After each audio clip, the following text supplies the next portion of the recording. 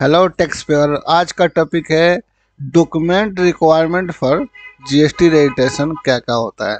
जैसे अब हमें जीएसटी अप्लाई करने से पहले या जीएसटी सर्टिफिकेट लेने से पहले या जीएसटी रजिस्ट्रेशन कराने से पहले आपको डॉक्यूमेंट रेडी करना पड़ता है कि डॉक्यूमेंट क्या क्या चाहिए। तो चलिए, हमने 3 केस बना रखा है। ठीक है। इंडिविजुअल, नॉर्मल इंडिविजुअल के केस में पैन कार्ड तो चाहिए चाहिए, ओनर का आधार कार्ड भी चाहिए एड्रेस प्रूफ के लिए, वो उसका फ़ोटो चाहिए। अब फोटो में दोनों फोटो लगता है, एक तो ओनर का प्रोप्राइटर का, एक शॉप या ऑफिस का भी फ़ोटो आजकल मैंडेटरी हो गया है।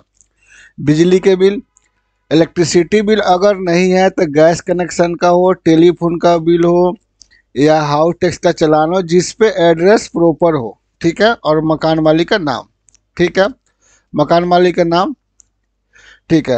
अगर रेंटेड है, वो बिजली के बिल पे आपका नाम नहीं है, यानी कि आपका बोले तो जो मालिक है जो अप्लाई करवा रहा है तो उसका आधार कार्ड पैन कार्ड पे जो नाम है वो भी बिजली के बिल पे होना चाहिए, चाहे हाउस टैक्स पे चाहे कोई। तो वो सेल्फ माना जाता है, वन माना जाता है, खुद का है। अदरवाइज नहीं है, पापा का नाम आ रहा है चाहे मम्मी का आ रहा है तो खुद नहीं मानते। जैसे आप लोग को पता होना चाहिए कि बिजनेस फंडामेंटल में कि business and business men's are to identity person, different person होते हैं। तो रेंट एग्रीमेंट चाहिए अगर आपका नाम नहीं है तो। अगर रेंटेड है तो एनओसी। अब एनओसी क्या होता है इसका भी फॉर्मेट में बताऊंगा। नॉट ऑब्जेक्शन सर्टिफिकेट, जो रेंट एग्रीमेंट बनाता है वो एनओसी बना देगा। एक चीज़ ध्यान रखिए, एनओसी के साथ 10 रुपये के स्टाम्प पेपर भी लगवा लीजिएगा। ठीक है। आधार कार्ड चाहिए 2 विटनेस का, जो रेंट एग्रीमेंट पर 2 विटनेस जाएगा उसका भी आधार कार्ड चाहिए, अटैच होगा, सेल्फ अटेस्टेड। ये सारा डॉक्यूमेंट सेल्फ अटेस्टेड होना चाहिए, ये भी ध्यान रखिएगा। सब ऑफ फोटो ऑफ शॉप या ऑफिस यहाँ पे लिख दिया हूँ जहाँ पे बताया गया था। आधार कार्ड ऑफ लैंडलॉर्ड, मकान मालिक जो आपका रेंटेड है तो मकान मालिक का आधार कार्ड भी मैंडेटरी कर दिया है। ठीक है। इसके अलावा जीमेल, मोबाइल नंबर, ट्रेड का नाम क्या है, बिजनेस का नाम क्या है, दुकान का नाम क्या है, ये चाहे ऑफिस का नाम क्या है, जो भी। और इसमें काम का होगा क्योंकि एचएसएन कोड आपको डालना होता है। ठीक है। ये तो रहा इंडिविजुअल का। सेम केस है पार्टनरशिप फॉर्म में, लेकिन अब ये पैन कार्ड किसका पैन कार्ड से रजिस्टर करिएगा, टीआर नंबर जनरेट चाहे अप्लाई कीजिएगा। जैसे आपको पता है कि पैन कार्ड से ही अलॉट होता है जीएसटी नंबर, तो इसमें क्या करिएगा, इसमें तो इंडिविजुअल तो चलो मालिक के पैन कार्ड के डिटेल डाल के हम लोग टीआर नंबर जनरेट करके उसी से जनरेट हो जाएगा। ठीक है। इसमें पार्टनरशिप में अब 2 आदमी हो, 3 आदमी हो, 4 आदमी, कितना भी हो सकता है, तो किसका पैन कार्ड लगाइएगा इसमें।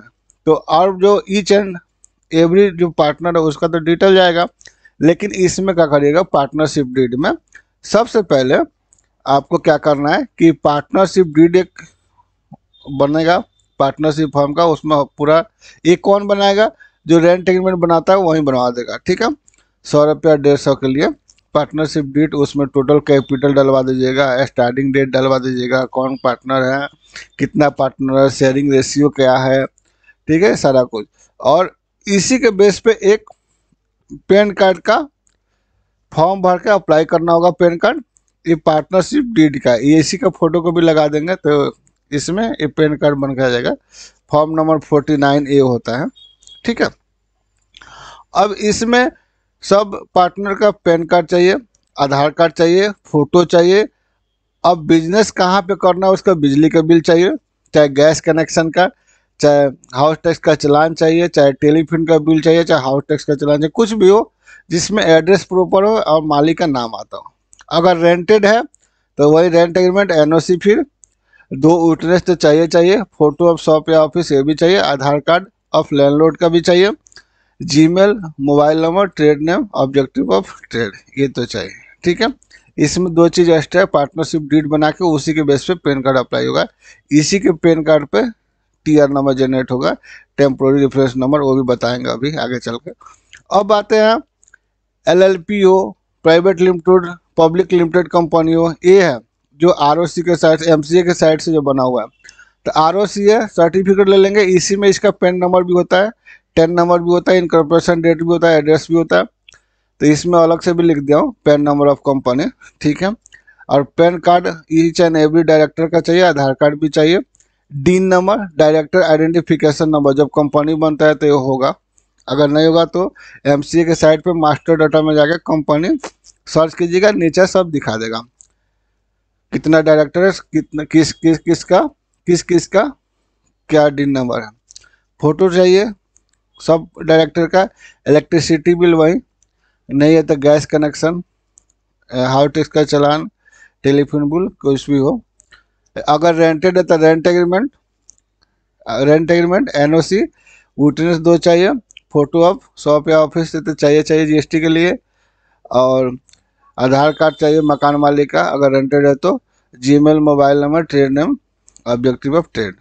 तो ये आजकल अपडेट कर दिया इन्होंने, 2 विटनेस का सेल्फ स्टेटमेंट चाहिए, फोटो भी चाहिए ऑफिस का, दुकान का, और आधार कार्ड भी मैंडेटरी कर दिया है, ठीक है, तभी आप लोगों को जीएसटी मिल पाएगा। ये तो हो गया चलिए डॉक्यूमेंट। अब डॉक्यूमेंट के बाद एक चीज़ और बता रहा था, एनओसी कैसे बनाएगा। एनओसी तो देखिए एक छोटा सा फॉर्मेट है, इसमें कुछ नहीं रहता है, बाकायदा छोटा सा एक स्टेटमेंट होता है कि मकान मालिक को यहाँ पे साइन कराते हैं। तो देखिए आई रामलाल लिखा हुआ यहाँ पे, जो बिजली के बिल पे जिसका नाम है वो डालेंगे, उसके बाद यहाँ पे एड्रेस डाल देंगे, ठीक है, प्रॉपर्टी जहाँ पे रजिस्टर्ड है, उसके बाद यहाँ पे जो आदमी रेंट पे लिया है दुकान खोलने के लिए या ऑफिस खोलने के लिए वो, ठीक है, और ये फॉर्म का नाम डाल देंगे, अगर फॉर्म का नाम है तो, ये तो होगा ही, तो ये भी फॉर्म का नाम डाल देंगे, रेंट एग्रीमेंट में भी डलवा देंगे, तो एनओसी होगा। अगर आपको एनओसी नहीं बनवाना है तो जहाँ से रेंट एग्रीमेंट बनवाएंगे आप ये, तो वही बना देता है एनओसी, बोलिएगा कि एनओसी बना दो, इसमें स्टाम्प पेपर 10 रुपये का लगवा दो, ठीक है, तो वो बना के स्टेट कर देगा, रेंट एग्रीमेंट भी बना देगा सेम एड्रेस का, ठीक है। तो ये तो एनओसी हो गया। अब हमें टीआर नंबर के बारे में थोड़ा समझना है। टीआर नंबर होता क्या है, देखिए जीएसटी रजिस्ट्रेशन करने से पहले जो पैन कार्ड, अब देखिए इंडिविजुअल के केस में इंडिविजुअल का पैन कार्ड, पार्टनरशिप फॉर्म के केस में पार्टनरशिप का पैन कार्ड, और कंपनी के केस में कंपनी का पैन कार्ड, ठीक है, तीनों के केस में है। तो इसी पैन कार्ड्स को हम लोग यूटिलाइज करके हम लोग टीआर नंबर जनरेट करते हैं। कैसे करते हैं वो भी देखेंगे अभी। अब टेम्पोररी रेफरेंस नंबर नाम है इसका। ये टीआर नंबर ये 15 दिन तक वैलिड होता है, ठीक है, ये 15 डे तक वैलिड होता है, 50 दिन तक वैलिड होता है। इसका मतलब क्या, लॉगिन करके टीआर नंबर से ओटीपी से आपको 15 दिन के अंदर में फाइनल सबमिशन करना होगा, पूरा फॉर्म भर के डॉक्यूमेंट अटैच करके सबमिट करना होगा ओटीपी से, नहीं तो ये टीआर नंबर एक्सपायर हो जाएगा ऑटोमेटिक।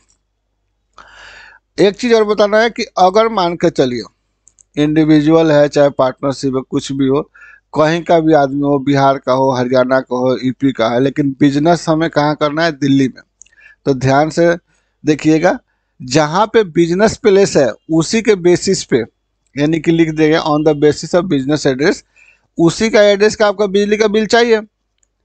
ये तो जाहिर सी बात है, बिजली के बिल हो या गैस कनेक्शन हो या हाउस टैक्स का चलान, उसी को एरिया को मद्देनजर रखते हो कि किस स्टेट में बिजनेस हो रहा है, कौन सा डिस्ट्रिक्ट है, उसी के बेस पे टीआर नंबर जनरेट होगा, ठीक है, ना कि आपका आधार का एड्रेस का, और ना ही आप कहाँ से बिलोंग कर से, उससे कोई मतलब नहीं। हमें बिजनेस कहाँ पे करना है ये ध्यान में रखना है, और टीआर नंबर जनरेट करना है। अब देखते हैं एक बार टीआर नंबर कैसे होता है। सबसे पहले साइट खोलते हैं, वही www.gst.gov.in, डायरेक्ट गूगल से चलिए www.gst.gov.in, ये साइट खुल गया, gov.in है, ये ऑल इंडिया में एक ही साइट है, यहाँ से तो लॉगिन होता है, हमें लॉगिन नहीं करना है, ठीक है, ये होम पेज है। सबसे नीचे जाएगा इधर टैक्स पेयर नॉर्मल, तो हमें यहाँ पे रजिस्टर नाउ पे क्लिक करना है, ठीक है। ये रिटर्न के बारे में दिया है कि इसका ड्यू डेट कब होता है, देखेंगे एक एक करके पढ़ेंगे। अभी पहले लाइसेंस अप्लाई करना सीख रहे हैं।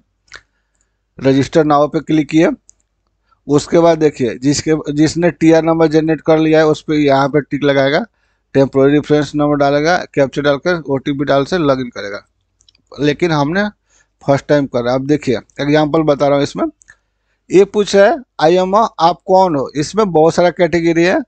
अगर नॉर्मल अप्लाई करना है तो टैक्स पेयर डाल लो, ठीक है, चाहे टैक्स काटना, डिडक्टर हो, ई कॉमर्स के लिए कलेक्ट करना है इसको, प्रैक्टिशनर हो, ये क्या है, इसमें से आपको कौन सा कैटेगरी नहीं, कुछ है नॉर्मल है तो टैक्स पेयर रख लो।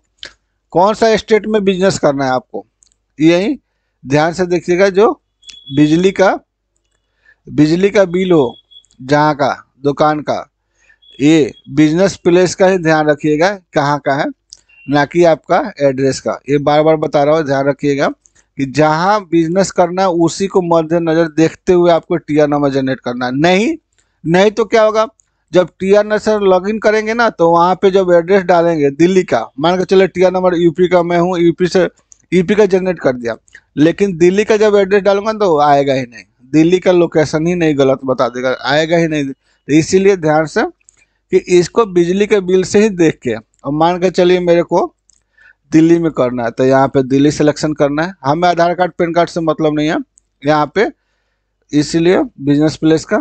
अब ये दिल्ली में कौन सा डिस्ट्रिक्ट है, जैसे मान के चलिए ईस्ट है, ठीक है, दिल्ली लक्ष्मी नगर 92 है मान के चलिए, तो वहाँ ईस्ट में आता है। अब यहाँ से देखिए ध्यान से, अब हमारा बिजनेस का एड्रेस क्या है, सॉरी, अब इसके बाद लीगल नेम ऑफ बिजनेस। अब देखिएगा ध्यान से, यहाँ पे लिखा हुआ है साफ साफ, एज मेंशन्ड इन पेन, आपका पेन कार्ड पे क्या नाम है। अब देखिए यहाँ पे फिर से देखते हैं, इंडिविजुअल के केस में तो आप ही के पेन कार्ड पे नाम क्या है वो डालेंगे, रामलाल, श्यामलाल, कुछ भी। पार्टनरशिप के फॉर्म पे, फॉर्म का जो पेन कार्ड होगा वो तो फॉर्म का नाम ही होगा, जैसे लक्ष्मी इंटरप्राइजेज, लक्ष्मी ट्रेडर्स, जो भी हो। और कंपनी का नाम पे तो कंपनी का पेन कार्ड पे कंपनी का नाम होगा।